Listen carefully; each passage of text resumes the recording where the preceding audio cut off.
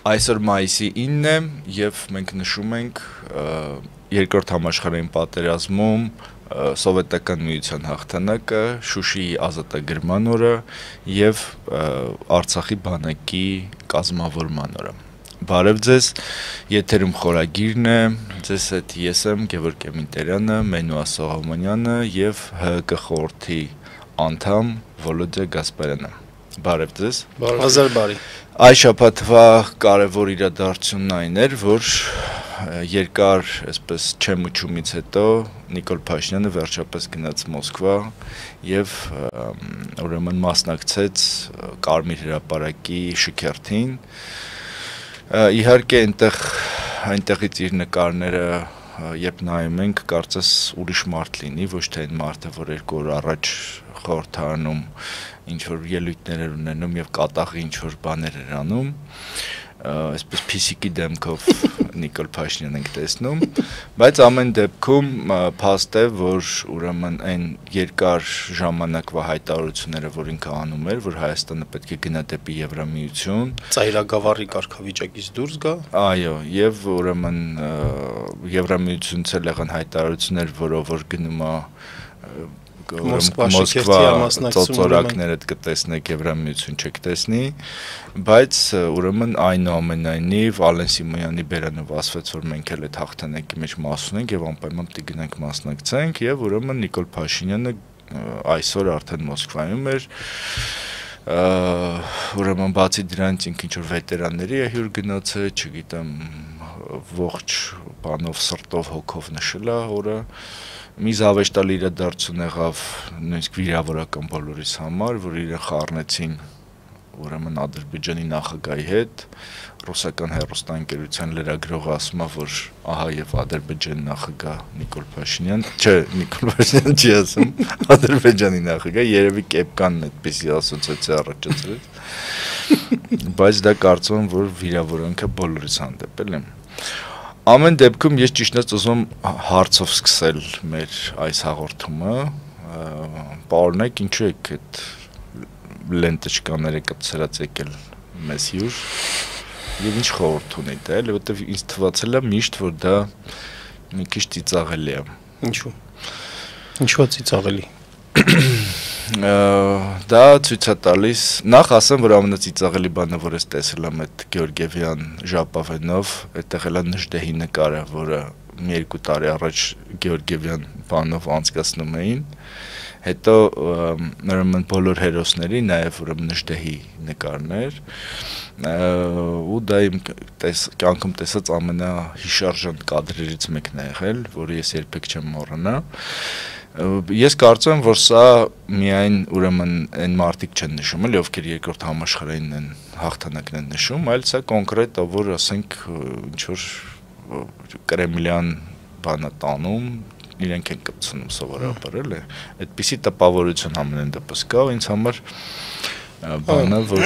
նախ շնորհակալություն շատ հարցի համար, որովհետև այո, կարող է այդ տպավորությունը, եթե Գևորգ ջան, քեզ մոտ կա, նշանակում է, որ շատ մարդկանց մոտ կարող է լինի այդ տպավորությունը, եւ հարցի համար շնորհակալություն, որովհետև ասում ենք, որ դա տպավորության հարց չի, սա խորհրդանիշներից մեկն է, որովհետև մենք ընդհանուր պատմություն ենք կիսում բոլոր այս ժողովուրդների հետ, որոնց գլխին կախված էր ստրկացման վտանգը, բայց սովետի ժամանակ չկար այդ սիմվոլը, դա նոր սիմվոլ է, 2000-ականներից սկսած սիմվոլ է։ Սիմվոլ է, որը որ խորհրդանշում է ընդհանուր մաքարումը, ընդհանուր մարտնչելը նացիզմի դեմ եւ տարված հաղթանակը եւ եթե ընդունում ենք մենք դա, ընդունում ենք, որ մենք դա մեր պատմության մի մասն է, օրինակ իմ պապի հայրը մասնակից է եղել, մասնակցել է պատերազմին եւ այդ պատերազմը ես համարում եմ, որ իսկապես սրբազան պատերազմ է եղել մեզ համար, հայ ժողովրդի համար, ոչ միայն այդ իմաստով, որ խորհրդային միության ժողովուրդների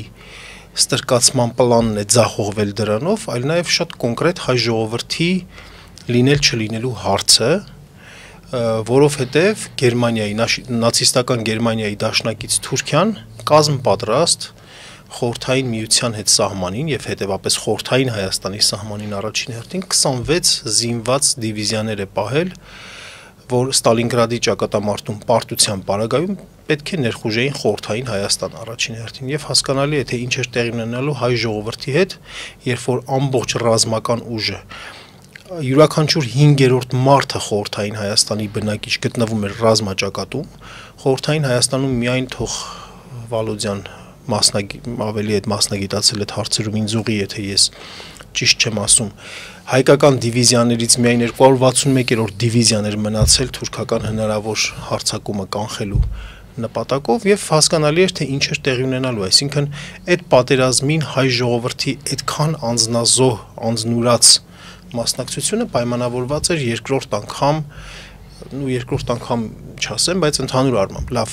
երկրորդ անգամ մեծ ցեղասպանություն բնաջնջում չապրելու նպատակով եւ դա իսկապես պետք է արժևորել, պետք է այս հարցում դուրս գալ ինչ որ այսօրվա Ռուսաստանի վարած քաղաքականության տպավորությունների այդ ազդեցություններից։ Բայց այսօր կապցրել եք դա այսօրվա Ռուսաստանի վարած քաղաքականությունն։ Այսօրվա Ռուսաստանը, այո, փորձում է այդ հանգամանքը օգտագործել կամ այդ հանգամանքը առաջ տանել, բայց միևնույն ժամանակ սա մեր պատմությունն է եւ մենք այդ մեր պատմության ժառանգորդներն ենք եւ մենք այդ պատմությունից չենք կարող հրաժարվել։ Ես ես վերջերս կարդացել եմ մի քանի բան, որ այդ տեսակետը, որ Ստալինգրադից հետո պետք է թուրքերը ներխուժեին, դա ֆալշիվկա է, կեղծ սովետական պատմագրության կեղծում, ու դրա ապացույցներից մեկն այն է, որ օրինակ Գերմանիան իր տեխնոլոգիաներով չի կիսվել Թուրքիայի հետ։ Գերմանական հետախուզությունը, չգիտեմ, քաղաքական բանը, դիվանագիտությունը աշխատել է Թուրքիայում, բայց այդտեղ դաշնակցային այնպիսի հարաբերություն չի եղել, որ իրանք ասենք թուրքերի համար գնան ինչ-որ բան է, ոնց որ ասենք իտալացիների համար են արել։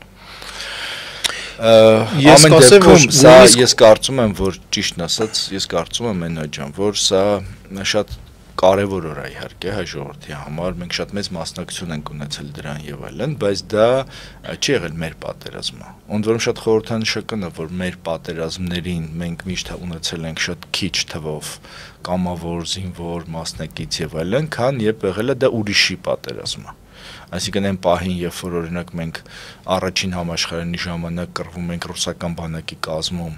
մեր զինված այդ հայ զինվորների թիվը ուրիշ էր, այդ կամավորական գնդերը կային, եսի ինչերը կային եւ այլն, բայց հենց որ մենք պետք է կռվեինք արդեն առաջին հանրապետության համար, այդ մարտիկ չկային։ Իհարկե այդտեղ կար նաեւ ցարական Ռուսաստանի բանը, որ ուրեմն զորացրել, վերակազմավորել էր հայկական գնդերը, բայց ամեն դեպքում օրինակ եթե մենք ունենայինք ասենք 600,000 կռվող Արցախյան առաջին պատերազմի ժամանակ կամ ասենք երկրորդ 44-օրյա պատերազմի ժամանակ մենք այլ բան կունենք։ Սա նաև նշանա նրա մի քանի բան նշանալի, նախ նշանա նրա, որ ոնց է ինչ պետություն է եղել սովետական միությունը, որ կարողացել է ասենք հայերին հավաքել այտենց ուրեմն ձորքերի համալրում անել 600,000 մարդու տանել, որտեղ այդ մարդկանց կամավոր չեն տարել։ Մի շատ քիչ մասն է կամավոր գնացել, մնացածին զորով տարել են նույնիսկ առանց ռուսերեն իմացության եւ այլն։ Երկրորդը սա ցույց է տալիս նաեւ այդ բանը, էլի հավատը, որ մենք միշտ հավատում ենք նրան, ինչը որ մեզնից մեծ է, մենք մեծ ուժի մեջ ենք, դա ենք գնահատում եւ այլն, եւ մենք մեր ուժը չենք բանանում չեն գնալ։ Օրինակ ես կարծում եմ, որ այդ եռատոնը, որ մենք միացրել ենք այդ Շուշին, Արցախի բանակի կազմավորումը եւ այլն, դա ինչ որ իմաստով դավաճանություն է նույնիսկ եղել մեր ժողովրդի հանդեպ, որտեղ Արցախյան պատերազմի հաղթանակը Շուշիով չի որոշվել։ Մենք կարող ենք ունենալ Շուշի օրը առանձին նշեինք, երկրորդ համաշխարհային առանձին նշեինք, Արցախյան առաջին պատերազմի հաղթանակն էլ նշեինք Բիշկեկյան արձանագրությունների ստորագրման օրը, բայց ինչա թե Բիշկեկյան արձանագրությունները ստորագրվել են քաղաքական ոչ բարեհույս տարի կողմից կամ չգիտեմ անձնապես վատ հարաբերություններ են եղել, եսի ինչ են եղել եւ այլն, այդ պատճառով ուրեմն այդ ոչ թե դա է նշվում, այլ նշվում է ռուսական մշակույթի բանը։ Ես կարծում եմ, որ ես չգիտեմ դուք ինչ հիշում եք դա թե չէ, երբ որ մենք մոտավորապես տարեկիցներ ենք, էլի։ Ես շատ լավ եմ հիշում։ Այդ օրը հենց մայիսի 9-ն է, ես շատ լավ եմ հիշում։ Ես երբ որ մենք այդ օրը երբ որ այդ լուրը ես առա, որ Շուշին ազատագրվել էր գալիս, մենք նոր տարին նշում էինք այդպես ռուսական առաջին ալիքներով, չգիտեմ ինչ բանով եւ ռուսական երգերով։ Երբ որ Հայաստանը նոր էր անկախացել, մարդիկ նույնիսկ ասենք այդպես ժողովրդական երգեր, ոչ այսպես դասական երգեր եւ այլն հաճույքով էին լսում, որովհետեւ համարում են, որ դա մեր անկախության ցուցիչներից մեկն է։ Հիմա այդ անկախության ցուցիչներից մեկը մենք բերե խառնել ենք մեծ մի հատ բանի, կացայի մեջ, համաշխարհային, չգիտեմ ինչ բան, մենք էլ այդտեղ մասնակցություն ենք ու մեր ունեցած փոքր գեղեցկությունը, փոքր հաղթանակը, փոքր ինչ եւ այլ, որը մերն է, մեր ինքնուրույն բան, դա խառնել եւ կորցրել ենք հասկանալ։ Ես ասեմ հետո բան մի հատ շատ լավ, հիմա շատ հեշտ է 21-րդ դարի 20-ական թվականների դիրքերից խոսել 110 տարի առաջ թե ինչու 100,000-ավոր հայեր կարողացել են, ասենք, հա, մոբիլիզացվել ցարական բանակների շրջանակներում, բայց չեն եկել Հայաստանի առաջին հանրապետության բանակ չեն բանարել, որովհետև մենք այդ կարողությունները շատ բնական էր, շատ նորմալ էր, որ այդ ամեն ինչը չունենք, սրա մասին մենք կարող ենք շատ երկար խոսել, Գևորգ ջան, բայց մենք ուզած թե չուզած այդ համակարգի մի հատ մասն ենք եղել։ Post factum շատ հեշտ է, շատ մոդայիկ է, նույնիսկ դիստանցավորվել այդ ամեն ինչից։ Բայց մենք այդ համակարգի մի մասն ենք եղել եւ շատ օբյեկտիվ նորմալ է եղել, որ պատկերացում ենք, ուրիշ պետություն ենք հիմա։ Մենք անկախ ենք, սա Հայաստանի։ Հա, շատ լավ է, շատ նորմալ է։ Մենք մաս ենք եղել նաեւ Պարսկաստանի, մենք մաս ենք եղել Թուրքիայի։ Թուրքիայի բանակում ենք ունեցել։ Շատ մաս ենք եղել Թուրքիային, դա լրիվ ուրիշ հարց է։ Ադմիրալներ ենք ունեցել, չգիտեմ, գեներալներ ենք ունեցել եւ այլն։ Լրիվ ուրիշ հարց է, որովհետեւ Թուրքիան քեզ ուրիշ բաներ է ներկայացնում, ուրիշ սպառնալիքներ է ներկայացնում, իսկ այն, որ դու քո պատմության անգամ պատմական ընդհանրությամբ կարող ես հարցեր լուծել այսօր աշխարհում։ Այ մենք պետքա դրա վրա շեշտադրենք, այդ պատմական ընդհանրությունները, մշակութային ընդհանրությունները փորձել կապիտալիզացնել քաղաքական ձևով։ Ես սրա կողմնակիցն եմ, քան ինչ որ ասենք հակադրվելու։ Շուշին իր տեղն ունի, Շուշիի հաղթանակը նույն օրն է եղել, ես շատ լավ եմ հիշում։ 9 տարեկան էի ես այդ ժամանակ եւ այդ օրը ինձ մոտ շատ ուժեղ տպավորվել էր, ես այդ տպավորությունների տակ նույնիսկ այն ժամանակ երեխա էի, ստեղծագործում էի մի հատ այդպես Շուշիի ազատագրման հետ կապված ստեղծագործություն, ես շատ լավ եմ հիշում։ Այդ նույն օրն է եղել։ Չէ, չեմ հիշում ստեղծագործությունը, հետո կորել է այդ ամեն ինչը։ Բայց ուզում եմ ասեմ, այդտեղ խնդիր չկա, մենք չենք խառնում։ Մենք չենք խառնում։ Դա մեր ընդհանուր պատմությունն է եւ չենք խառնում, այնա չեն։ Արցախյան պատերազմի հաղթանակը Շուշին, հա։ Շուշին։ Ոչ, չէ, մի վարքյան։ Հաղթանակը ինչով ենք հաշվում։ Արի մի հատ էսպես բան ենք, երբ որ չկա հաղթանակի օր չի եղել։ Հարձակվող զորքը լինում է պակաս պաշտպանվող զորքից եւ կարողանում են գրավել։ Շուշին այդ առումով փայլուն ռազմական գործողություններ եւ հայոց ինքը շատ սիմվոլիկ կարևոր նշանակություն ուներ, շատ կարևոր նշանակություն ուներ եւ հայ ժողովրդի շատ էմոցիոնալ կապ կար Շուշիի հետ, դրա համար հա շատ ավելի արժևորվեց այդ օրը քան պատերազմի ավարտի օրը։ Քան պատերազմի ավարտի օրը, գուցե որտեղ պատերազմի ավարտը գուցե այն կապիտուլյացիան չէ, որ պետք է կապիտուլյացիա լիներ, որտեղ չէ, չգիտենք, ոչ թե ավարտն է նշում, այլ միած ճակատում։ Թող այս առումով բան լինենք, էլի, այսպես ասած, առանձնահատուկ լինենք, որովհետև չէ, դա հաճելի չի ռուսներին, դա ռուսներին մեն, արի ճիշտ է խոսենք։ Դա նու տվյալ ասենք տարածաշրջանային կոնյունկտուրայի պայմաններում, եթե կարողացել են դա օգտագործեն, դա հարցի մյուս կողմն է։ Ոնց որ ասենք, ես իմ ծննդյան օրը չնշեմ, իմանամ, որ քո ծնունդը ես իմ ինչա կամ քո համար կարևոր է, ես իմ ինչա, ուզենամ քեզ հաճելի մի բան անեմ, ասեմ իմ ծնունդը ես ինչ օրն է։ Այդ դրան նման միշտ զուգահեռ է գնացել։ Ես շատ չեմ ուզում բանեմ, որովհետև պատերազմի հաղթանակի չէ, մենք չենք ունեցել։ Այո։ Եթե թույլ տաք ես լսում ենք ձեզ։ Ես ուզում եմ շնորհավորել մեզ հայ ժողովրդին իմ երաթոնի կապակցությամբ հայրենական մեծ հաղթանակի 80-ամյակի կապակցությամբ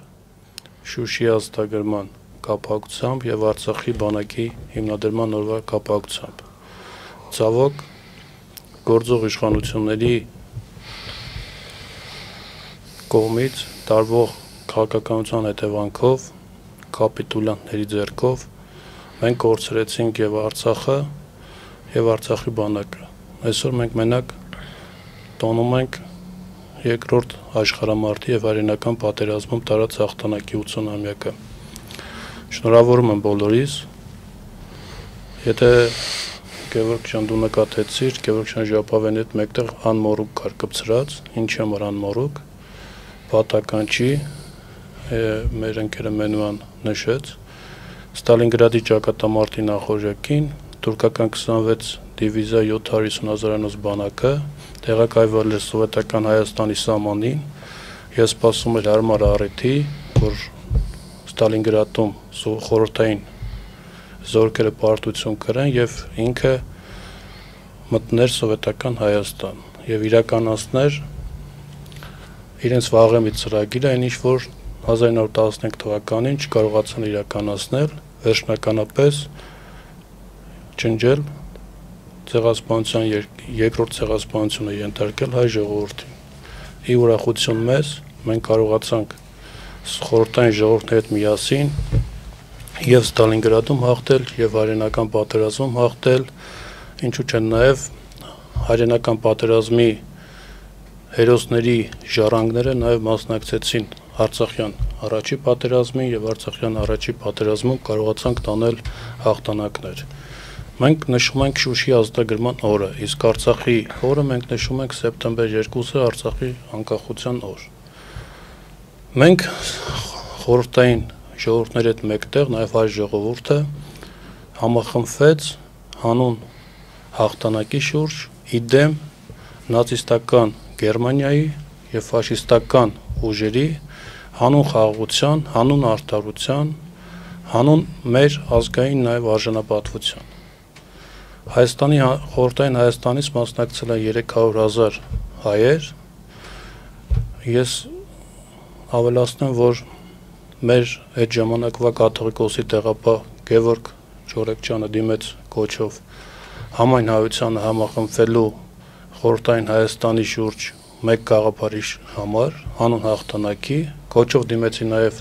այդ ժամանակվա մտավորականությունը եւ 43 թվականի հունվարի 26-ին Խորեն Մուրաբեկյան տեղապահի Գևորգ Ջորեկչյանի նամակինի պատասխան Ստալինը թույլ տվեց, որ ստեղծեն Սասունցի Դավիթ տանկային շարասյունը, որը կարողացան հայ ժողովուրդը հանգանակությունների միջոցով ստեղծեցին 44 թվականի փետրվարի 29-ին առաջինը 21 տանկեր, այս 34, որը տվեցին բանակին եւ մայիսի վերջին 22S 34 տանկներ, որոնք տվեցին Մերձբարձյան առաջին ռազմաճակատին, որի հրամանատարն էր մեր բանցալի մարշալ Բաղրամյանը։ Մենք պատերազմում տվեցինք 5 մարշալներ, որոնք հետագայում նաև դարձան մարշալներ։ Իհարկե պատերազմի ընթացքում մենակ Ղամբերյանցը մարշալի կոչում ստացավ 44 թվականին։ Պատերազմի ընթացքում մինչև 45 թվականը 83 գեներալներ, իսկ պատերազմից հետո գեներալների թիվը հասավ 160-ի, 106 հայազգի հերոսներ, 8 սոցիալիստական աշխատանքի հերոսներ, որոնցից 3-ը կրկնակի անգամ ստացան հերոսի կոչում, դրանցից մեկը Սամվել Քոչարյանցն էր, մյուսը Վիկտոր Համբարձումյանն էր եւ Արտեմ Միկոյանը։ Իսկ մեկ հայազգի տաղանդաշատ մարդ, գիտնական, խորհրդային միության եռակ հերոսի կոչում ստացավ ջրազնային եւ միջուկային զենք ստեղծելու կապակցությամբ։ Մենք ունեցանք 26 պարկի շքանշանի լրիվ ասպետներ։ Սաղ թվարկել ես, հա։ Ցավոք սրտի ունեցանք նաև 200,000 զոհեր։ Ինձ էլ թվարկենք։ Ունեցանք պարտիզանական շարժումներ, որոնք հաղթանակներ բերեցին, եւ սա ես համարում եմ մեր հայ ժողովրդի համար հայրենական պատերազմ, որովհետեւ մենք մասնակցել ենք մեր արժանապատվության, մեր ընտանիքների, մեր երկրի համար։ Ինչ վերաբերվում է առաջին համաշխարհային պատերազմին, առաջին համաշխարհային պատերազմում մենք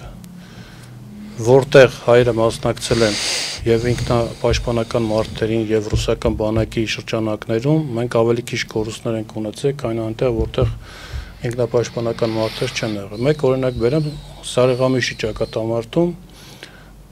քանի որ այս տարի 110-ամյակն է նաեւ Սարեգամիշի ճակատամարտում, ռուսական բանակը ճակատամարտում մոտ 55000 զոհ տվել։ Եվս մենք պետք է համախմբվենք եւ կարողանանք նոր հաղթանակներ տոնել, քանի որ հայ ժողովուրդը այս դժվարին ժամանակահատվածում շատ ենք ունեցել եւ պետք է հասնենք նոր վերելքների։ Ինչ վերաբերվում է այսօրվա կառավարիչի մասնակցությունը Մոսկվայում հաղթանակի նվիրված միջոցառումներին, ես կարծում եմ պետք է մասնակցեր Հայաստանի Հանրապետությունը եւ ես կցանկանայի, որ մասնակցեր նաեւ հայկական զորախումբ, բայց իմ մեծ ցանկությունն էր, որ ոչ թե կապիտուլյանտ իշխանությունները մասնակցեին, այլ հաղթանակած ղեկավարություն մենք ունենայինք, որ մասնակցեր հաղթական պարադին։ Եվ այսօր էլ նույնպես Ռուսաստանը եւ նաեւ դաշնակից երկրները պատերազմ են իրականացնում նեոֆաշիստական ուժերի դեմ աշխարհում, քանի որ 45 թվականի պատերազմից հետո աշխարհի բաժանումը արդեն կորցրել է իր նպատակահարմարությունը եւ ուժերի վերաբաշխումը նեոֆաշիստները ուկրաինացիներն են, որոնք պաշտպանում են իրենց հայրենիքը։ Աշխարհը նոր վերաբաժանում է տեղի ունենում։ Նեոֆաշիստները ուկրաինացիներն են։ Այն մարդիկ են, որոնք պայքարում են Ռուսաստանին եւ հայերի դեմ։ Նաեւ ադրբեջանցիները, որոնք բացեցին հայրենական մեծ պատերազմի հերոսների շիրիմները եւ հուշարձանները, ավելի շուտ հուշարձանները իրենց հայրենի Արցախում։ Քանի որ Գևորգը մի հատ շատ նուրբ թեմա բան արեց, կարծես մերներ թե մերը չէր էս պատերազմը։ Ուրեմն համեմատության համար Խորհրդային Հայաստանի յուրաքանչյուր 5-րդ բնակիչը մասնակցել է պատերազմի։ Յուրաքանչյուր 5-րդ հայը զորակոչվել է ռազմաճակատ։ Խորհրդային Ադրբեջանի յուրաքանչյուր 19-րդ ադրբեջանցին է զորակոչվել բանակը։ Սա առնվազն այս վիճակագրությունը ցույց է տալիս, որ ադրբեջանցիները ինչպես առաջին համաշխարհային պատերազմի ժամանակ, այնպես էլ երկրորդ համաշխարհային պատերազմի ժամանակ ներքուստ սպասում էին այդ պարտությանը։ Ինչպես առաջին համաշխարհային պատերազմի ժամանակ ցնծում էին, երբ որ թուրքական զորքերը գալիս էին առաջ, այնպես էլ հիմա էին սպասում, այնպես էլ երկրորդ համաշխարհային պատերազմի ժամանակ։ Սա այսինքն իր էությամբ նաև այստեղ այն հայ-թուրքական հակամարտության խնդիրը, որ եղել է եւ ունեցել ենք, այսինքն նորից իրեն զգացնել է տվել։ Ղարաբաղը ով է տվել Ադրբեջանին։ Որ պետական կազմավորումն է։ Յոսիֆ Ստալինն է տվել։ Հետո այդ Յոսիֆ Ստալինի համար եւ սովետական կռվել մի պետության համար, որը քո ողնաշարը ջարդել է, հպարտանալ, որ մենք ամենաշատ զոհն ենք տվել դրա համար։ Գևորգ ջան, չէ, մենք չենք հպարտանում։ Մենք չենք հպարտանում, չէ, մենք չենք հպարտանում։ Մենք չենք հպարտանում։ Մենք չենք հպարտանում։ Դա մենք այդ լավ կռվել է, Յոսիֆ Ստալինի համար չենք զոհվել։ Չէ, կներես, էլի ես համաձայն չեմ։ Ինչ տվեց։ Յոսիֆ Ստալինի համար չենք։ Ինչ տվեցը, դա հարցի մյուս կողմն է։ Հարցի կարևոր կողմը այն է, որ այդ ժողովրդի մոտ իսկապես այդ գիտակցումը եղել է, որ այս պատերազմում պարտվելը խորհրդային միության պարտվելը իրենց համար շատ մեծ խնդրեմ էր առաջ բերելու։ Կարող է այդպես չէր։ Կարող է որ պարտվել այդ ներխուժումը չլիներ։ Այդ ներխուժման անգամ օրներ նշանակված 42 թվականի նոյեմբերի 24 անգամ օրներ նշանակված այդ ներխուժման, որը որ տեղի չի ունեցել, բայց այդ պատերազմի մասնակցությունը դրա համար չի եղել, Ստալինի անձի համար, պաշտամունքի համար չի եղել, Գևորգ ջան։ Նախիջևանը տրվել է Ադրբեջանին, դա փաստ է։ Գևորգ ջան, Այն որ ուրեմն կարող է, չգիտեմ, թուրքական զորքերի ներխուժում լիներ, կարող է դրոն հասներ, կարող է, չգիտեմ, իշներ եւ այլն, դա ենթադրություն է։ Գևորգ ջան, ես համաձայն եմ, բայց դրա դիմաց ուրեմն նվիրվել ամբողջությամբ, դառնալ թիրախ ու հետո դրա դիմաց ոչինչ չստանալ, դա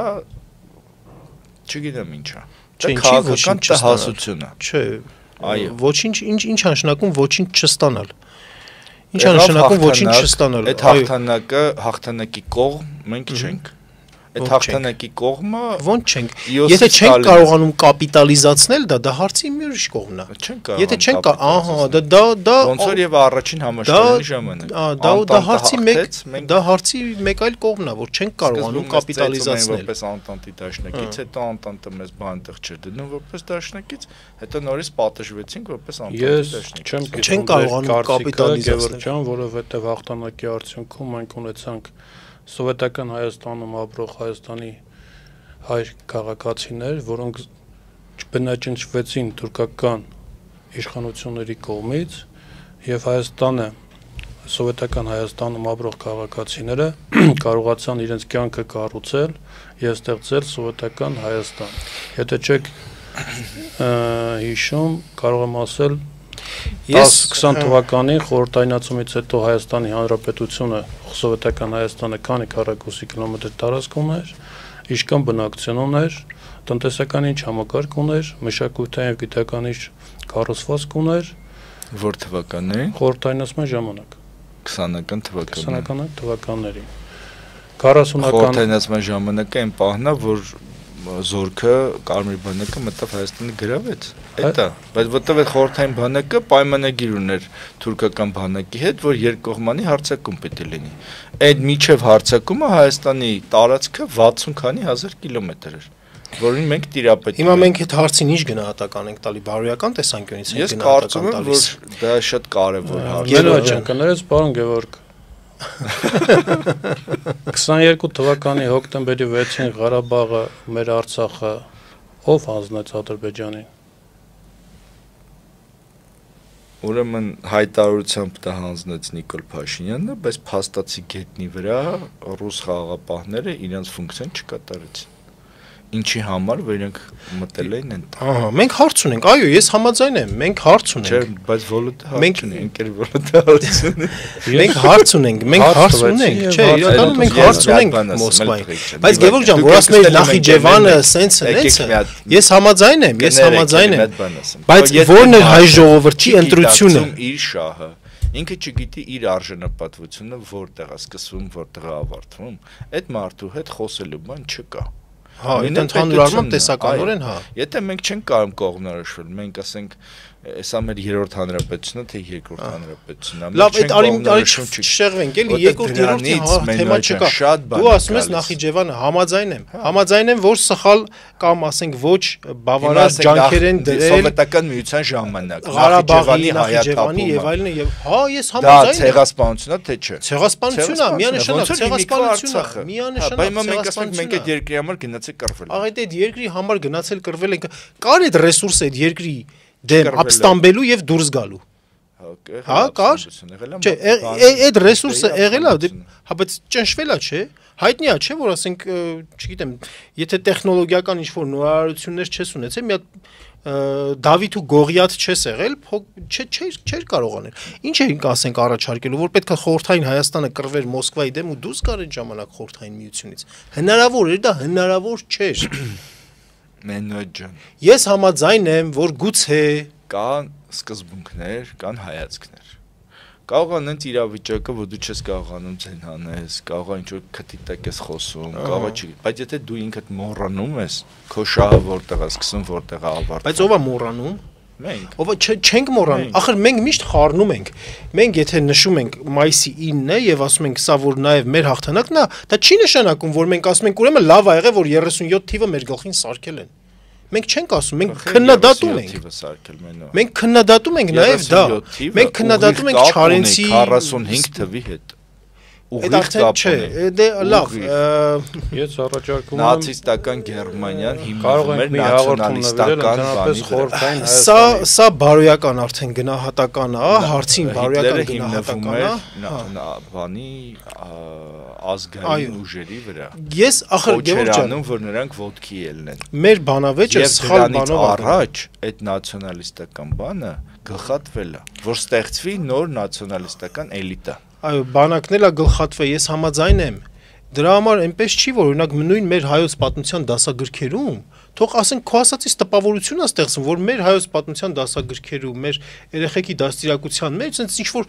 խորհրդային միությունը բոլշևիզմը սրբացվում է, չի սրբացվում, բացարձակ չի սրբացվում։ Չէ, այդպես բան չի անում։ Վալուտը կոնկրետ խոսում է երկրորդ համաշխարհային պատերազմի հայերի մասնակցության,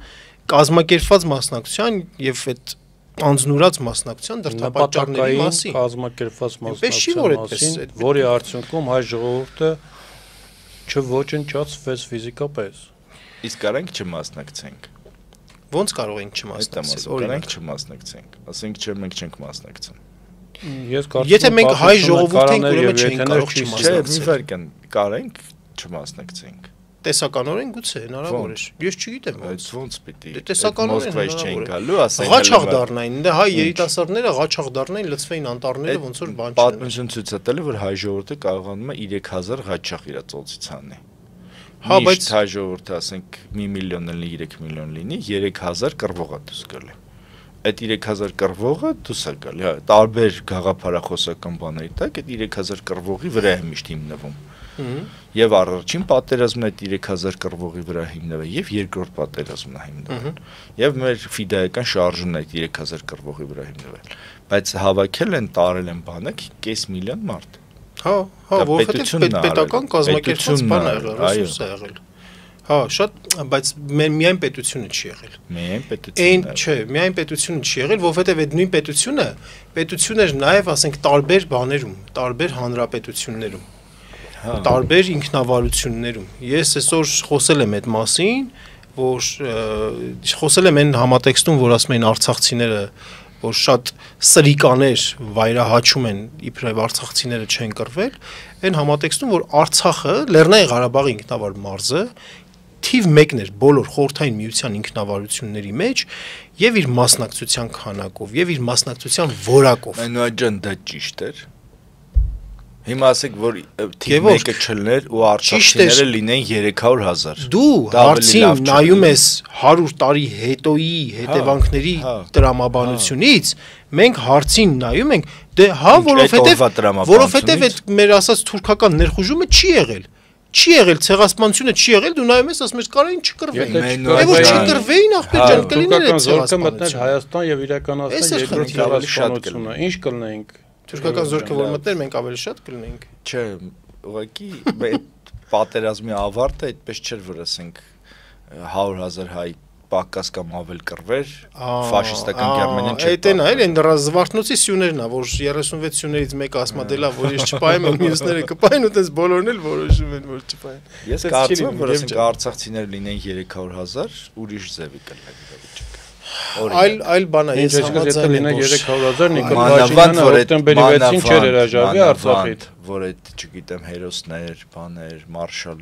մարշալներ, եսի մինչեր բաներ, այդ ամեն ինչը ոչ մի օգուտ չի տալիս։ Չի տալիս, որովհետև չեն կարողանում հիմա կապիտալիզացնել դա։ Երբեք էլ չեն կարողացել։ Մենք կապիտալիզացնելու ենք, ես կապիտալիզացնելու։ Այդ մարշալների։ Մեր պատմությունը, այո։ Որ չեն արել չի նշանակում, որ մենք չենք անելու։ Դա բլեմ։ Հետո չի լինելու։ Դե բա այտենց է։ Մենք պետք է սովորենք տեր կանգնենք մեր ժառանգությանը, մեր պատմությանը։ Այն որ այսօր ասենք այդ նույն հայրենական պատերազմի հուշարձանները Արցախում ոչնչացնում է Բաքվի բռնապետական վարչակարգը ու դրա դեմ ոչ մի քայլ տեղի չի ունենում Հայաստանի Հանրապետության։ Ինձ համար հայկական եկեղեցին շատ ավելի կարևոր է, գերեզմանակարը շատ ավելի կարևոր է։ Բայց դու անդադ սիրում ես դնել համեմատության մեջ։ Ես ասում եմ, այստեղ որովհետև մենք չենք կարող ասենք երկրորդ հայրենական աշխարհաքաղաքական ես համաձայն եմ, մենք տարբեր բաների մասին ենք խոսում աշխարհաքաղաքական կոնյունկտուրայի շրջանակներում արժեքների տեսանկյունից, կապիտալիզացնելու տեսանկյունից, թեմա առաջ տանելու տեսանկյունից, երկրորդ համաշխարհայինի, այսինքն հայերենական պատերազմի հուշարձանների թեման առաջ տանելը կարող է շատ ավելի էֆեկտիվ լինի այդ տեսանկյունից, բայց ես չեմ ասում, որ ինձ համար ես համեմատում եմ Ամարասն ու Գևորգ ջան, հայկական ինքնության հիմնասյուներից մեկը Ամարասը, որ համարվում է ամենաառաջին եւ մեր եկեղեցին, որտեղ գրատպուց դարերն է սովորել եւ դպրոցն ա եղել մեր, քանի որ գիրն ա եղել մեր հիմնական հիմնասյուներից մեկը, հետո եկեղեցին, մենք չենք կարա դա համեմատենք մեկ ուրիշ բանի հետ։ Մամայի դες սիրում թե պապայի թե պետք չի համեմատենք եւ արժեքային առումով ինչ որ համեմատության մեջ դնենք Խամպերյանցի տուն տանգարանը, հուշարձանը իր հայրենի գյուղում, թե Ամարասը, Գանձոսարը կամ Դադիվանքը։ Իհարկե ոչ։ Բայց մենք կարող ենք ասել, եթե Ադրբեջանն այսօր խոսում է հայրենական պատերազմի իր մասնակցությունից, մենք ասում ենք, այ ընկեր, երբ որ դու խոսում ես հայրենական պատերազմից, բա հիմա խես ոչնչացնում հայրենական պատերազմի հերոսների հուշարձանները, որոնք ֆաշիզմի դեմ են պայքարել եւ նացիզմի դեմ։ Այսինքն դու ես իրականացնում հիմա այդ նացիստական եւ ֆաշիստական գաղափարները Հայաստանում։ Այո, հայկական հետքնաջնջում, այո, հայկական հետքնաջնջում։ Ու դրանով իրականացնում է այդ նեոֆաշիստական քաղաքականությունը։ Այո, իսկ Ռուսաստանի եկեղեցու առաջնորդ Կիրիլը գնում Մեհրիբան Ալիևային, տալիս է մեդալ։ Ու դրանց առաջ, որ ասենք Հայաստանից, ասենք Հռոմում եղել էր գիտաժողով մի այնց բան, վայրահաճ, բան, թքեմ նամուսիդ Հռոմի պապես ինչ ես անում, բան, բայց այստեղից մի հատ, ասենք հոդաբաշխ քննադատություն, չէ, ինչ է բանի, ոչ եկեղեցականների կողմից, ես կարծում եմ 3 կամ առաջի օրը հայ առաքելական Սուրբ եկեղեցին իր դիրքորոշումն է հայտնել, եթե չեմ սխալվում 24 News-ի թղթակցի կամ լրատվական կայքի հարցմանի պատասխան տվել է համապատասխան պարզաբանում։ Եկեղեցու պաշտոնական դիրքորոշում, այո, հիմա մի կողմ թողնենք, այո, իրեն պատիվ չի բերում, այսպես ասենք։ Ինչպես ասենք բանը, իրեն պատիվ չի բերում։ Այստեղ կա ազդեցություն։ Այստեղ կա բան։ Բայց եկեք նաև չմոռանանք այն, ես չեմ ասում սա արդարացնեմ։ Ֆենոմեն։ Ես օրինակ չեմ ուզում արդարացնել բացարձակ Կիրիլին չեմ ուզում արդարացնել, թեև օրինակ անկեղծ ասած նրա երկու ստեղծագործություն, այսինքն տարբեր ստեղծագործությունների ոնց որ ժողովածու հանդիսացող Հովվի խոսքը եւ դու Կիրիլի գործերն ես կարդաց, է։ Հա, ինչ կլինի։ Հա, բայց ինչի՞ ես ծիծաղում։ Չէ, դե ասենք ելույթներ են, բաներ են, ես դա նախ շատ հետաքրքիր է եւ ինքը քրիստոնեական ոնց որ աշխարհում հեղինակություն ունեցող եւ իր խոսքը շատ այդպես արժեք ունեցող հոգեվորական է, ինքը կրոնական է։ Ես բայց հիմա ասում եմ, որ այո, դա իրան պատիվ չի բերում։ Առնվազն մեղմ ասած, շատ մեղմ ասած, իրան պատիվ չի բերում եւ չեմ էլ ուզում արդարացնեմ, բայց պատճառներից մեկն էլ այն է, որ Պյոտրի ժամանակվանից ռուսական եկեղեցին իր ինքնավարությունից էապես զրկվեց եւ կարելի է ասել պետության ոնց որ կցորդը դարձավ։ Պատճառը նաև կարող եմ այդտեղ բանել փնտրել եւ ասել եւ բացարձակ էլի այս թեմաներով որ մենք խոսում ենք ու հաճախ է այս տաղավարում այդ խոսակցությունը եղել տպավորություններ է ստեղծվում որ ես ռուսամետն եմ Գևորգն էլ հակառուսականն է այդպիսի բան գոյություն չունի հակայի սկզբունքներով մենք հակայի սկզբունքներով մենք եկեղեցական հարցեր քննարկվի երբեք չենք բան չէ Մեհրիբանին բան տալը այստեղ շատ լուրջ քաղաքական է բայց ես այստեղ գիտես ինչն եմ տեսնում ես այստեղ հարցի են կողմն եմ տեսնում որ ադրբեջանցիները ներողություն արտահայտության համար վիզ են դնում դրան հասնելու համար կարողանում են եւ անում են այս է քաղաքականություն է ուզած թե չուզած քաղաքականություն է մենք չենք անում որովհետեւ ինչպես Վալոդյան ասաց երկրի գլխին ոչ թե ազգային շահերով առաջնորդվողներ են կանած այլ կապիտուլյանտներ կան բաներ վավերագրեր ցեղասպանությունից մնացած դրա մի մասը հրատարակել եմ մի մասը շուտով կհրատարակեմ այդտեղ ասես մի կարմիր գծով գնացող բան կա էլի միտ կա որ հայերին թվում է որ ասենք ռուսական զորքը գալիս է քրիստոնյաներ են եղել են իրենք միշտ ռուսների կողմն են եղել թուրքերը իրանց ճնշել ջարդել են ասել են դուք ռուսների կողմից եք եւ այլն բան ու հիմա ռուսները գալիս են պետքա լավ լինի իրանց համար ու զարմանում են ու մի տեղ չէ էլի սա մի դրվագ չի զարմանում են որ ասենք քուրդ բեկերը ասենք խալիներ են նվիրում ռուս հրամանատարներին ռուսական զորքին եսին պատիվ են տալի ինչ են տալի բան ու մեկը տեսնում է որ ասենք այս ռուսական զորքը սկսում է ասենք բանը չգիտեմ, գնդապետ է, եսի բարձրաստիճան սպաներ, բան ընկերություն են անում, այնց ինչ որ բան են սկսում են գնահատել, ասենք Քուրդ Բեկերի հետ բաները, հարաբերությունները եւ այլն եւ այլն։ Սա խոսում է բանի, ոնց ասեմ, քաղաքական տհասության մասին, որ ոնց կարաս դու չունենաս անձնական շահ, դու չուզենաս այդտեղ արանքում, ասենք, անկախություն հռչակես, դու ուզենաս, ասենք, ուղղակի, որ ասենք, այս տերդ փոխվի այն տիրոջով եւ դու, չգիտեմ, գուցե ավելի շատ փող ունենաս, ավելի ապահով լինես, ավելի, չգիտեմ, ազատ լինես եւ այլն, բայց մեծ հաշվով դու այդտեղ քո շահը չնչին է, ու դու ուրիշի շահի համար զոհ գնաս, այսինքն ուրիշ իրանք իրար մեջ կռվում են, դու այդտեղ արանքում մորթվում ես, կորցնում ես քո տունը, կորցնում ես քո հողը եւ այլն, որտեղ դու չես էլ հասկանում ի վերջո ինչու դա եղավ։ Հիմա օրինակ ես կարծում եմ, որ Թումանյանի Թմկաբերդի առումը գործը շատ խորը քաղաքական բան ունի նաեւ, որտեղ հայ ժողովրդին մարմնավորում է Թմկատիրուհին, որը փոխում է տիրոջը եւ հետո պատժվում է։ Այդպիսի ու մանավանդ երբ է գրվել այդ գործը եւ այլն, ես կարծում եմ, որ այդպիսի բան կա այդտեղ, էլի, ենթադրվում որ մենք չենք լսում, հա, քեզնից ասում։ Կապ չունի։ Հələ պետք է մի հատ հետ գնանք, ուսումնասիրենք, թե այդ ոնց ա եղել, այդ ինչ է։ Այո, հիմա ես եմ, չէ, Նիկոլա Կապանասը։ Չէ, ես կարծում եմ, որ ու ճիշտ ասած Նիկոլական այդ բանը իրականում կեղծ բան է։ Ինքը ինչ որ ասում է, դա կեղծ է։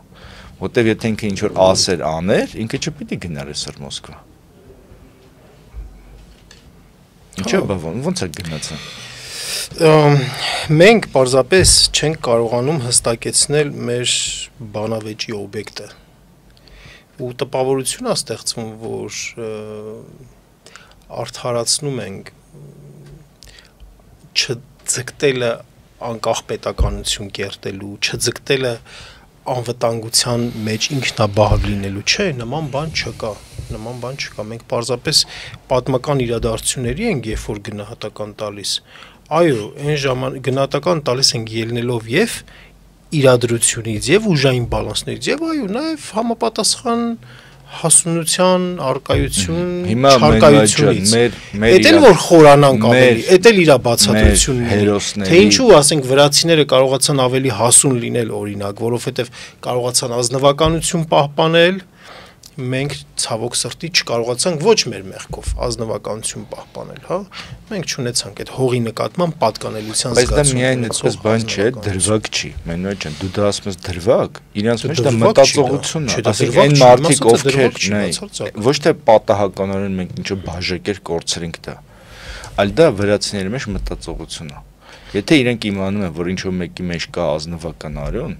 իրենք այդ մարդուն ավելի ուշադիր են լսում, կողքը սուս են մնում, չգիտեն ինչ են անում եւ այլն։ Դա իրենց մեջ շատ խորը նստած է, շատ խորը։ Ու կապ չունի, որ դա վրացի է, մենակ թե ասենք նաեւ բանը, հայա կամ ուրիշ բան։ Եվ իսկ մեր իրականության մեջ մեկը որ իմանում են, ասենք, չգիտեմ, բանը, ընդհակառակ տոտալ մերժում, այո, արժեքների փորձում են, ասենք, բան դա ով է հակառակ բան առաջանում, էլի, ոչ թե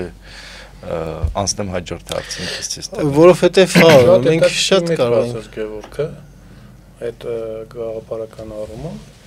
նույնը կատարվում է հենց հիմա սեղանի շուրջ մի ամբողջ ժողովուրդ 40-ականներին հայրենական եւ երկրորդ համաշխարհային պատերազմի ժամանակ եւ ամբողջ մտավորականությունը ասած այդ ժամանակվա եւ հասարակությունը որոշում է եւ նաեւ սփյուռքը հայերը որ պետքա պայքարեն ֆաշիստական ուժերի դեմ պայքարում են, համախմբվում են հայ ժողովուրդը խորհրդային Հայաստանի շուրջ եւ տանում են հաղթանակ եւ ձեռք են բերում արժանապատվություն, անկախություն եւ մորթվելու ցեղասպանության ենթարկվելուց զերծ են մնում։ Հիմա 80 տարի հետո որոշ մեր ընկերներ եւ նաեւ տարբեր փորձագետներ ասեմ, մարդիկ ասեմ, կասկածի տակ են դնում հայրենական պատերազմում տարածահաղթանակի արդյունքները եւ հայրենականա թե հայրենական չի հայ ժողովրդի համար ավելին ասեմ հայ ժողովրդից բացի չեմ կարծում որ որևէ այլ ժողովրդի համար ավելի շատ լիներ հայրենական Ուրեմն ես պատասխանեմ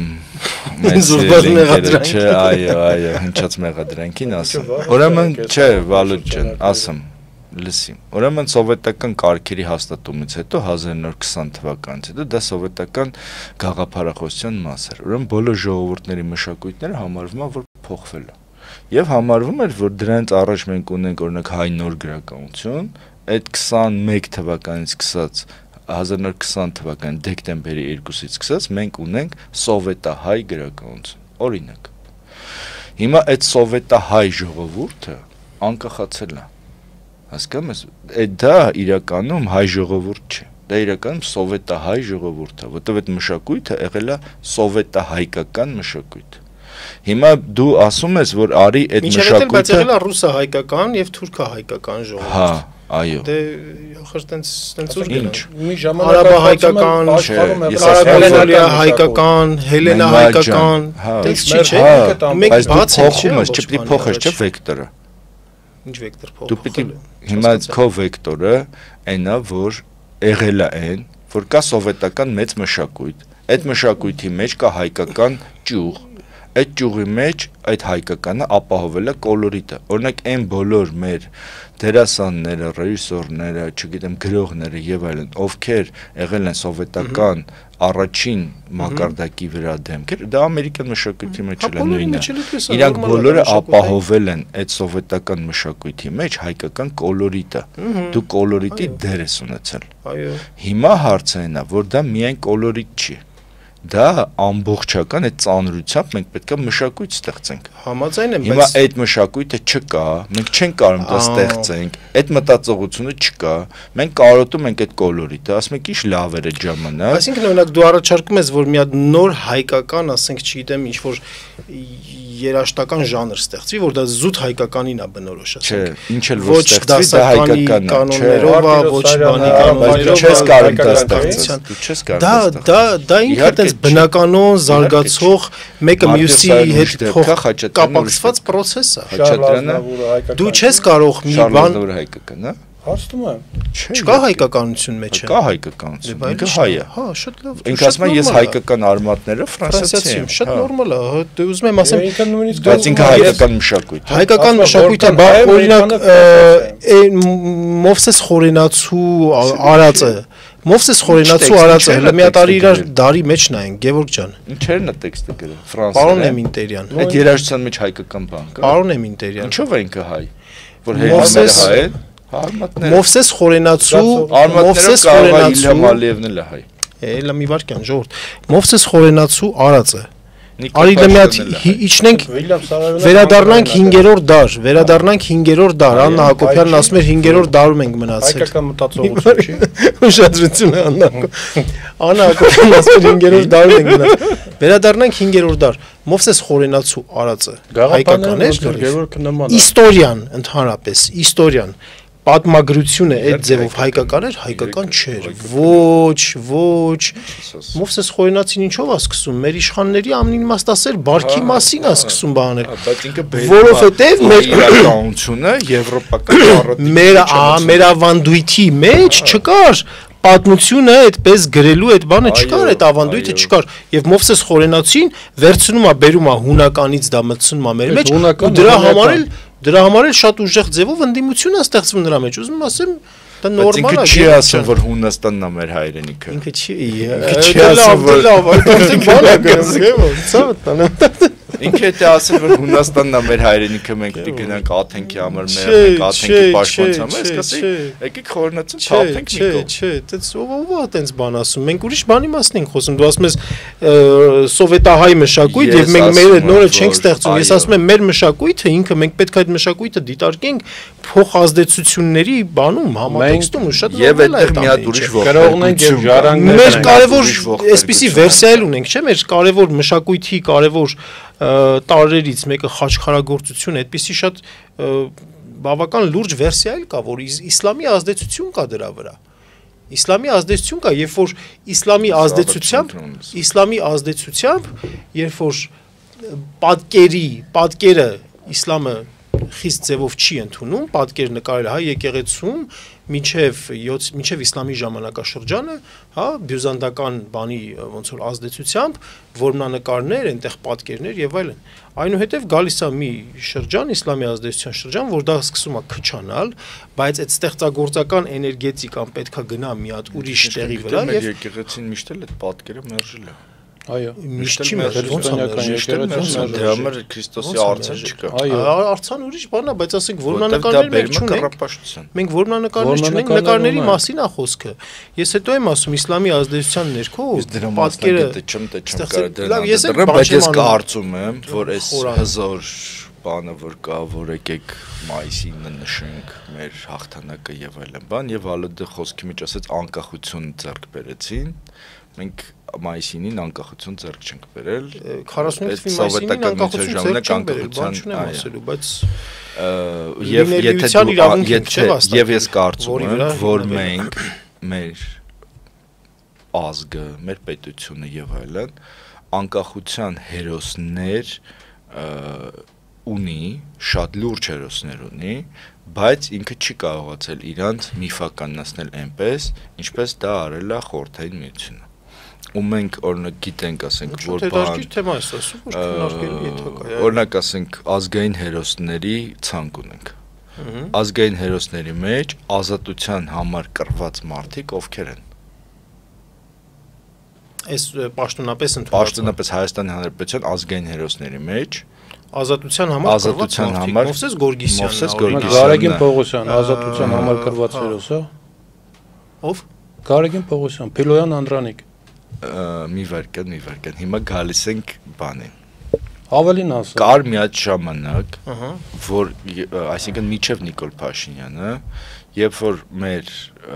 հերոսների մեջ, այսինքն կային այդտեղ մարդիկ, որոնք ուժերի հավասարակշռությունը պահելու համար հերոս էր տրվել, օրինակ Թաթուլ Կրպեյանը, օրինակ բանը, օրինակ Ազգալձյանը չունի ազգային հերոսի բան, չէ՞, կոչում չունի ինքը։ Այդտեղ հարց չկա, որտեվ կա իր հանդեպ բան։ Չեմ կարող ասել, նախանց քաղաքական, ոնց է ինքը բանակի մասին խոսել այն ժամանակ, երբ որ բանը օրինակ Ազգալձյանը ինձ թվում է ՀՀԿ-ին ամենամոտ մարդկանցից է եղել, բայց ՀՀԿ-ն Ազգալձյանին չի պաշտպանում։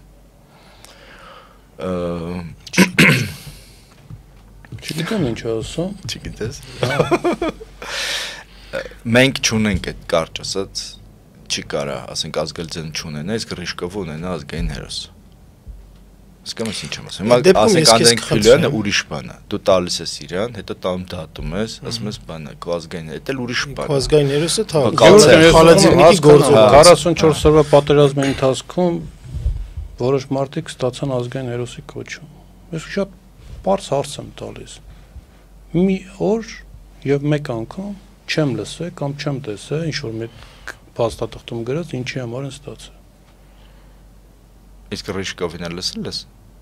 Ռիշկովը ինչի է ստացել։ Ումն ես լսել։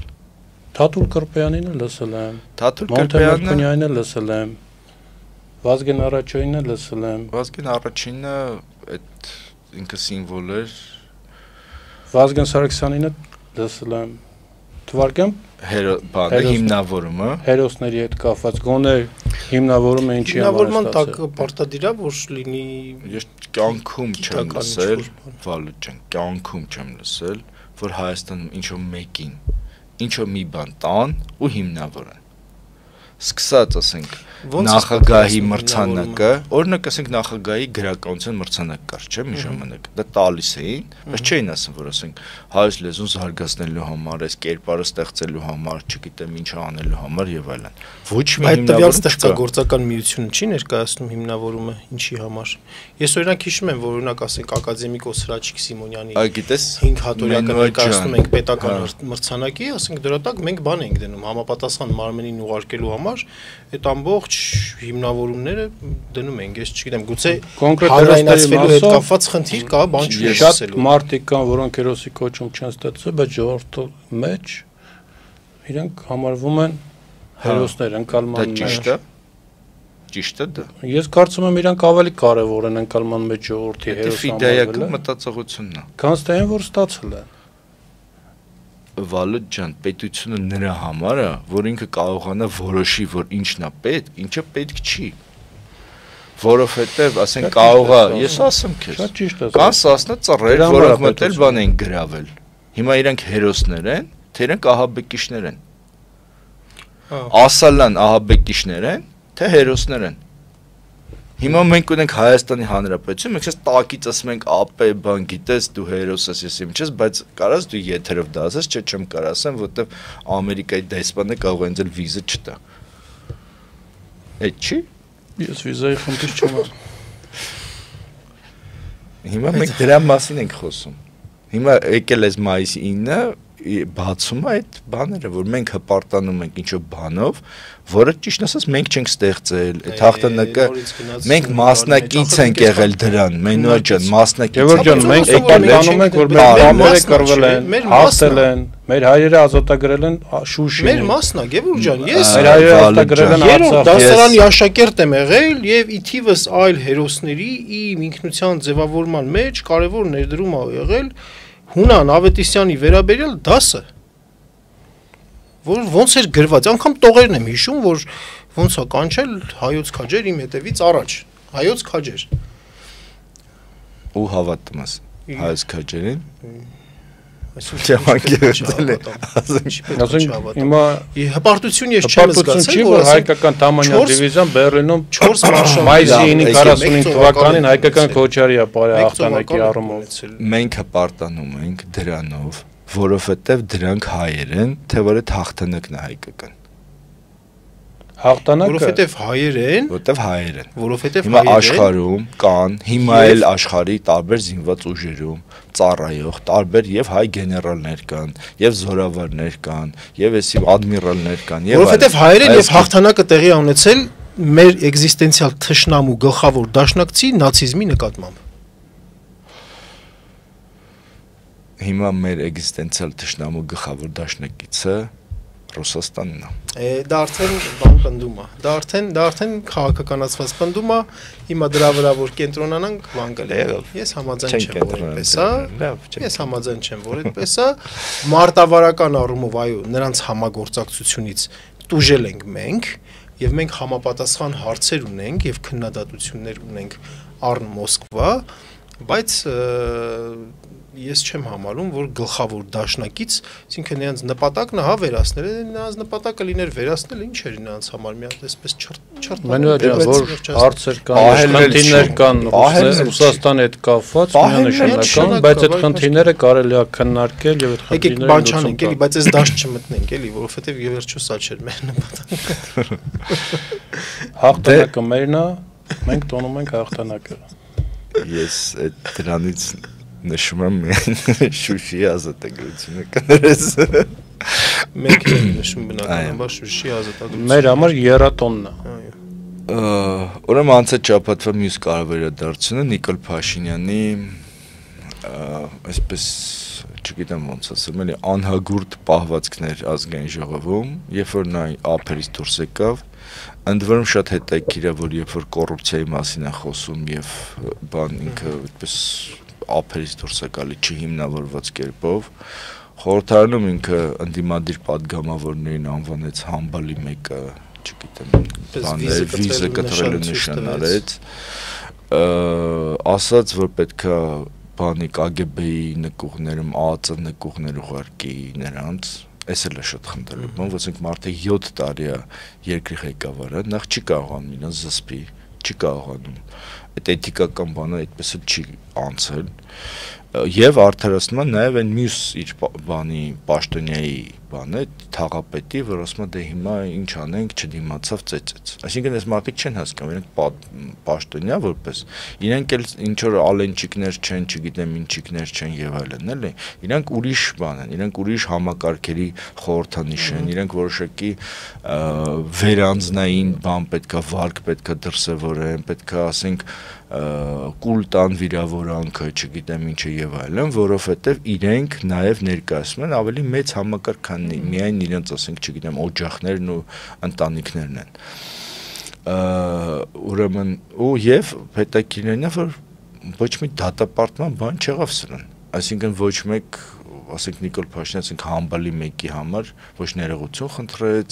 ոչ, չգիտեմ, բան ու շատ զարմանալի է, որ ասենք, չգիտեմ, նույնիսկ ասենք արևմտյան բաները դրանց ձեն չեն անում, որ ասենք անհասկանալի է, էլի, թե ինչ է կատարվում։ Ու դա իրական նաև խոսում է հայ ժողովրդի, չգիտեմ, շատ ցածր վարկանիշի ու կշռի, ոչ չգիտեմ ինչի մասին, որ ասենք ոնց որ աֆրիկյան ինչ-որ պետություն, որ ասենք հա դե հիմա մի հատ բան է, ցավոք սրտի կապիկների խումբը մեկին առաջը բերե, մի հատ ասենք չգիտեմ միջին քաշային շիմպանզե է եկել, իրար եսին բանանի համար կռվենանում ես իմ չնանում, դե լավ է հիմա ինչ եք կենտրոնում, որ այդպիսի բան է, էլ է իրականում, որտեվ ասենք դա ասենք նշանակում այնքան լուրջ չեն ընդունում, որ ասենք ոչ մի արձագանք չկա էլի դրան։ Ընդ որում են Մոսկվա գնալու բանի մեջ էլ իրականում Նիկոլ Փաշինյանը չկար։ Այսինքն իրենք գիտեին, որ ինքը անպայման գնալու է։ Դա էլ այդ որ այն բանի պատասխանն է, որ արևմուտքն է իրան բերել եւ այլն, էլի, որտեվ այնտեղ թիրախային բաներ կային, այդ թիրախայինների մեջ այլ երկրներ էին մտնում, էլի, Վրաստանն էր մտնում, Մոլդովան էր մտնում, չգիտեմ ինչներ, բան ինքը չէր մտնում։ Այդ ավելի ցածր ռանգի պաշտոններ, որ սկսեցին անուններ ասել, այդտեղ Նիկոլի անունը ոչ ոք չի ասել։ Ամեն դեպքում ես կարծում եմ, որ դա շատ վատ բան է, տենդենս է, նաև այն իմաստով, ինչը որ ես նախորդ թեման էի ասում, էլի, մեր անկախության իմաստով, որովհետև ստացվում է, որ երբ որ մենք կայսրության թև էինք, կայսրության գավառ էինք, կայսրության ինչ էինք, մենք մեզ պահել գիտեինք, այդ պաշտոնյաները իրենց ինտելեկտ ունեին, լեզուներ գիտեին, չգիտեմ, բանով, իհարկե ասենք ռուսական ակցենտով հայերեն էր դա, չգիտեմ, ինչ-որ շեշտված այերով, օերով հայերեն էր դա, բայց ամեն դեպքում դա գրական հայերեն էր։ Ոչ ոք երբեք չի հիշում, որ ասենք, չգիտեմ, Հասրացյանը կամ ինչ-որ սովետական Հայաստանի այտենց էլիտար դեմքերից մեկը, էլիտաներից մեկը, առաջնորդներից մեկը, ասենք քֆուր տված լինի կամ ինչ անի։ Եվ միակ մարդը Դեմիրճյանը, որ այտենց ինչ-որ հայ հյանքներ են հիշում։ Տենց ինչ-որ լավ տղու կերպարն էր, չէ ինքը, բանի, ջեբսը տան բան, ես իմ սաս բաներ էր անում։ Բայց ամեն դեպքում սա էլ այդ բաներից մեկն է, որ երբ որ Հայաստանը մնում է մենակ, ղադրը չի զգում։ Չէ, մակարդակը ընկնում է, մենք ինքներս մեզ չենք կարողանում մեր մակարդակը բարձրացնել։ Դա իրական ողբերգություն է։ Միայն այդ դեպքում չի, այո, ազգային մշակույթի դեպքում էլ է։ Այդ եմ ասում։ Երբ որ ունենում ենք այդ ճնշումը բանը, կարծես գիտակցում ենք։ Թումանյանը կենթանի դեր հետաքրքիր բան կգրել այդ առիթով։ Քիթդ փակում են, թթվածնի արժեքը սկսում ես գիտակցել։ Հետո թողում են ոնց որ շնչում ես, ասում ես սենց էլ պետքա լիներ, էլի, որ ասենք շնչում ես, այդ նույն տեսանկյունից, հա։ Իսկ թեմայի շրջանակներում, չգիտեմ, եթե հարցը քննարկում ենք, թե ինչի համար են այրեն այդպես ջղաձգված պահում, տարբեր ենթադրություններ կարելի անել, ենթադրություններից մեկը, որ ինչ-որ տեր է կորցրել, եւ ես կարծում եմ, որ եթե իրենից ոչ միտեղ գոհ չեն, այսպես ասենք, դժգոհ են, իսկ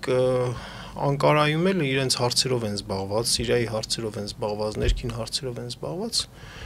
պես մնացել է քաղաքականապես անտեր վիճակում է ինչ-որ մնացել, դարձել է ռուսերեն ասած նյառուկապաժատնի, ուր գնում է ինքը այդպես չի ընդունվում փաստորեն։ Чужой среди своих այս վիճակով եւ համապատասխան բաներով, ազդակներով, համապատասխան սիգնալներով, որն էլ դարձել է նրա, ես սա լավագույն սցենարն եմ իհարկե ասում, բայց կարա նաեւ սրա տակ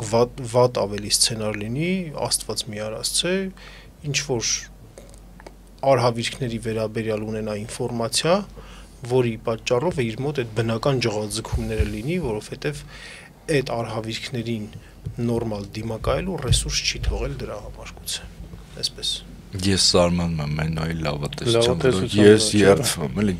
դու ունես լավատես մարդ ես, միշտ միշտ քո այդ լուսավոր Ես երկրորդ տարբերակն քո մեջի եմ լույսը։ Լսի, ինքը, ասենք սեպտեմբերի 26-ին ինչ էր խոսում։ 20 թվականի սեպտեմբերի 26-ին ինչ էր խոսում։ Ինչ էր խոսում։ Ասում էր հեսա մեծ հարցազրույց եմ տալու Ադրբեջանը քանդվի։ Հիշում ես։ Այո, Ինքը չգիտեր ուժերի բալանսը, ինքը չգիտեր, որ իրեն չէր զեկուցվել, որ հեսա հարցակվում են, հեսա զոհեր են լինելու, հեսա չգիտեմ ինչ է լինելու։ Ինքը այդ ժամանակ էլ մեր համբալի։ Չէ, ես ասում եմ, ես կարծում որ ինքը այն միջին վիճակագրական հայի մարմնացումը ինքը միշտ իր անձնական շահը վերադասում ամեն ինչից։ Եվ եթե ինքը ներվայնանում է, ապա իր անձնական շահը ինչ որ միտեղ ոտնահարված է։ Բայց այստեղ հարց կա, Աննա Գրիգորյանը կամ Քրիստինե Վարդանյանը այդպիսի հարցեր, դրանց ավելի սուր հարցեր իրեն բազմիցս են տվել նախ։ Չէ, հիմա ջղայնանում։ Բա առաջ տենց բանի մեջ չեր ընկնում, էլի տենց այդ վիճակների մեջ չեր չեղած։ Դե այդքե համբալի մեկը չի ասե, ուրիշ բան ասե։ Այդ կարգի չէր բանանում, էլի, այդ կարգի ինքնատիրապետում չէր կորցնում, էլի ինքը, ես չգիտեմ, կարող է սխալվում եմ, բայց ես դատապարտում եմ ցանկացած տեսակի եւ ցանկացած մարդու կամ կազմակերպության կողմից բռնություն եւ կարծում եմ դա պետք է ստանա իր եւ քաղաքական եւ իրավական գնահատականը ինչ վերաբերվում է հայտնի դեպքերին կամ միջադեպերին ազգային ժողովում տեղ ունեցող դա ողբալի կարելի է համարել մեր հայ ժողովրդի համար թե ինչա կատարում մեր ազգային ժողովում ինչի համար են դες պահում խորին համոզում եմ կարծում եմ կրթության խնդիր կա այստեղ գրագետ, կրթված մարդը չեմ կարծում, որ մտքի ասելիքի պակաս ունենա եւ դա լրացնի ձայնի տոնայնության բարձրացման կամ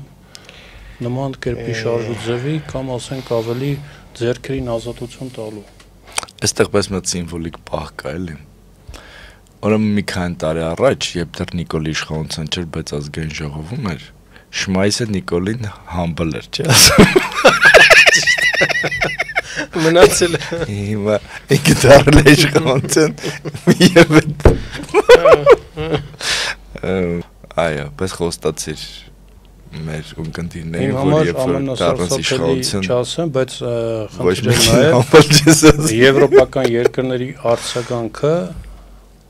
լուր արձագանքը տեղ ունեցող դեպքերին կարծում եմ, որ դա ոչ ժողովրդավարությունն է, ոչ մամուլի ազատությունն է։